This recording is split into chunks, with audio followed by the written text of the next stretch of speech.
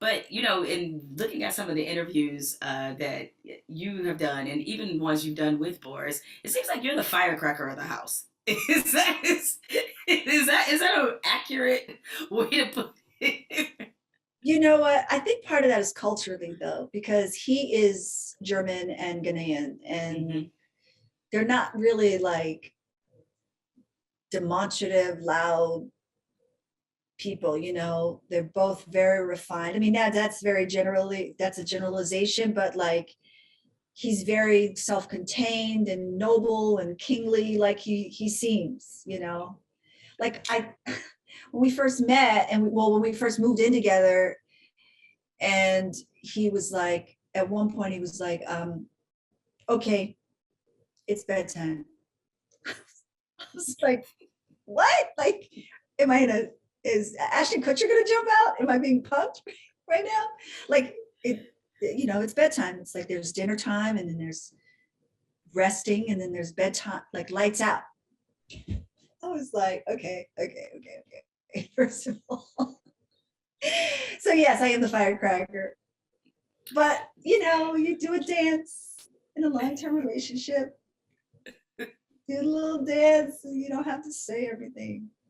You have to say, See, that's that Baltimore in you. All right? yes, that is that totally, is that is the Baltimore in totally. you. Um, you said something that I thought was just so incredibly well said when you were, talking about your relationship. You said that if you find your husband, something along these lines, I'm paraphrasing, the best thing you can do is make him your boyfriend. What did you mean by that? Um, I it's just exactly what it sounds like. Like it just there's no way any woman married with kids and her own career, you just don't do the same things you did. Just it doesn't occur to you. You don't have the time. You think it's all right.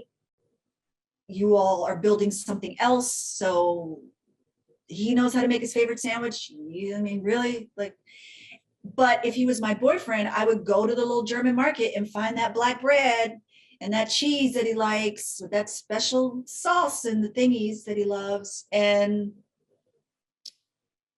I had to remind myself to do those things because it makes a difference.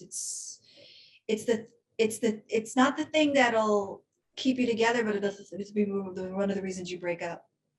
Mm. It's a weird effort that you have to do, I think, in a long term, any gender relationship. You have to still remember the little special things that you would do if you were dating. And I don't just mean sexually, that too, but I just mean the things that your person likes. And I'm, like I said, I'm an independent person. I had to work on that. No, I thought it was really beautifully said, especially for somebody like me. I'm 2 years into marriage. You got a full 16 going, so I'm trying to absorb and learn. Yeah, Yeah, because you and would be surprised how far a favorite sandwich will go. that's the key, ladies. The sandwich.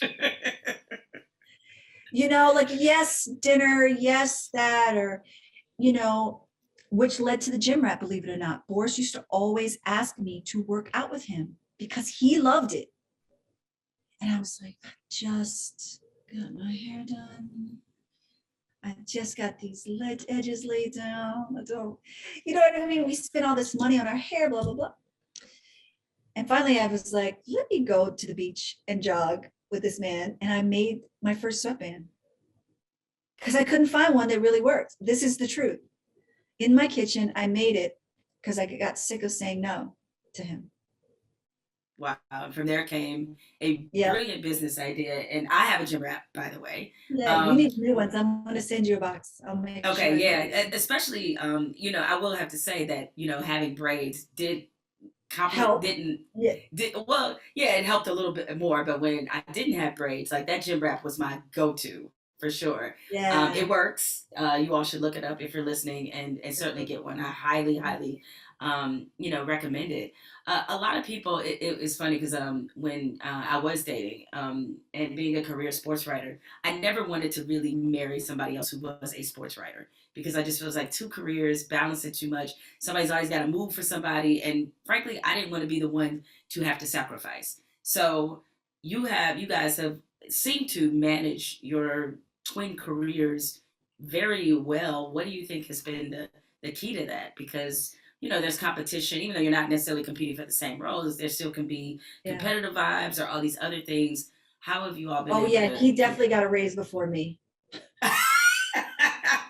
well, that part, yes. Like, thinking what? It didn't even matter. It's a totally different network, but I was still mad, but I think that for me, I can only speak about me. We met on a show. Right. Even So I don't think all actors should marry actors. For us, it worked because you understand the life, you understand flights. Like I fly home every 5 days. He knows how to make sure the kids get the homework done. Like our parenting styles were equally we're the same. But I think that we met in an environment that nurtured our friendship, right?